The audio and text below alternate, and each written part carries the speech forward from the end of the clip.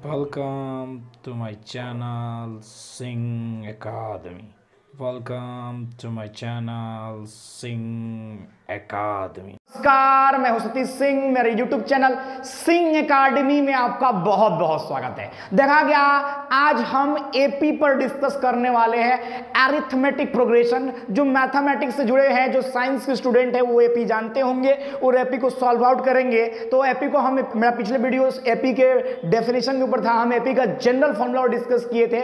आज हम एपी के nth टर्म को फाइंड आउट करेंगे। तो उससे पहले अगर आप हमारे चैनल पर नए हैं तो चैनल को सब्सक्राइब करके बेल आइकन दबाना ना भूलें, तभी हम आपके लिए और ज्यादा एनर्जेटिक होकर और ज्यादा मोटिवेट होकर आपके लिए वीडियो बनाएंगे और आपके मैथमेटिक्स को सॉल्व आउट करेंगे। तो आइए, एपी क्या है, nth term of the AP पढ़ेंगे। देखा गया, we already know the general form of AP.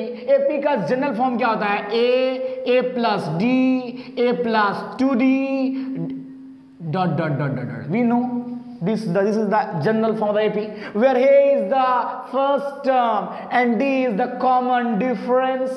Now here the first term is A. Second term क्या है? Second term is A plus 2D. Second term is A plus D. A plus D को हम क्या लिख सकते हैं? A plus 2 minus 1 into D लिख सकते हैं। यस। नेक्स्ट थर्ड टर्म क्या है? थर्ड टर्म क्या है हमारा? A plus 2D है। Now we can write this A plus 2D, A plus 2 को लिख सकते हैं 3 minus 1 into D। नेक्स्ट हमारा अगर इसी तरह से चलता रहे, फोर्थ टर्म हमारा क्या आएगा? फोर्थ टर्म आएगा हमारा क्या? A plus 3D। A plus 3D को क्या लिख सकते हैं? A plus 3 को लिख सकते हैं 4 minus 1 into D। अब अगर अच्छे से देखिएगा तो देखिए, देखा गया फर्स्ट टर्म ए है। सेकंड टर्म क्या है? देखिए सेकंड, देखिए सब में A क्या है? A कॉमन है। सब में क्या है? D कॉमन है। डिफरेंट कहाँ है? देखिए सेकंड टर्म में क्या लिखे हैं? 2 minus 1। थर्ड टर्म में क्या लिखे हैं? 3 minus 1। फोर्थ टर्म में क्या लिखे हैं? 4 minus 1।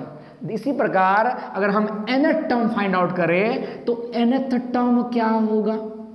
सब में क्या है? A कॉमन है तो A, सब में प्लस है तो प्लस।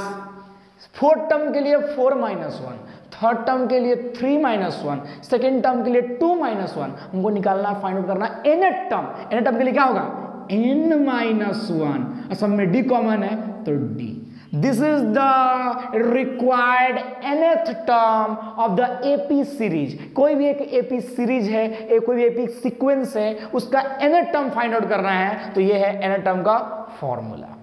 तो आशा करते हैं कि ये आपको AP अच्छी तरह समझ में आया हो और ये वीडियो आपके लिए हेल्पफुल। अगर वीडियो आपके लिए हेल्पफुल है, इस वीडियो को अधिक से अधिक मात्रा में लाइक करके शेयर करना ना भूले।